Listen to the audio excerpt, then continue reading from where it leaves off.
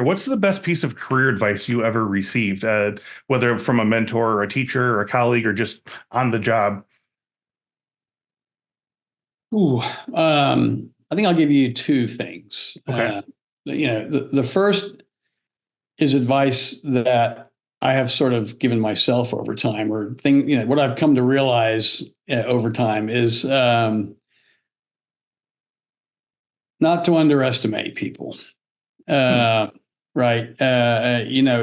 We hear a lot about the importance of diversity and the importance of building teams with different perspectives and backgrounds and all this stuff, right? And so, if you're moving on with your career and you're kind of a hard charger and trying to get somewhere in life, right, you're going to come up against people inevitably in any scenario where you're at that aren't in your wheelhouse or aren't on your same page or wavelength, whatever it is, right? And I think one of the things that I've learned over time is not to be so much in a rush that you're dismissive of people that don't really fit with what you're trying to do.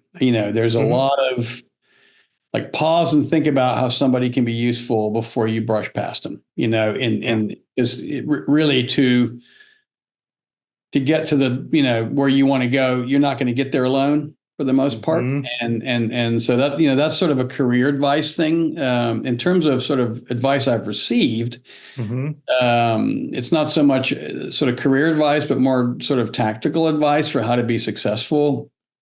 This is something I received, sort of words of wisdom that I remember from earlier on in my career with our boss.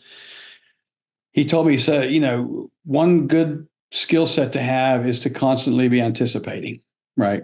Hmm. And his words were, I'm always thinking what's next, what's coming next, what's happening next, right? So you wake up and you start your day, or as you're coming off a meeting or you're going from lunch, whatever it might be in your everyday work, it's like, what's coming next?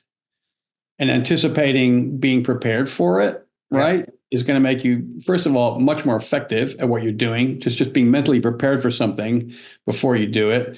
And then secondly, it's going to help you prioritize what you're doing, because Hmm. the thing that you were thinking about doing next might actually not be the thing you should do next Right.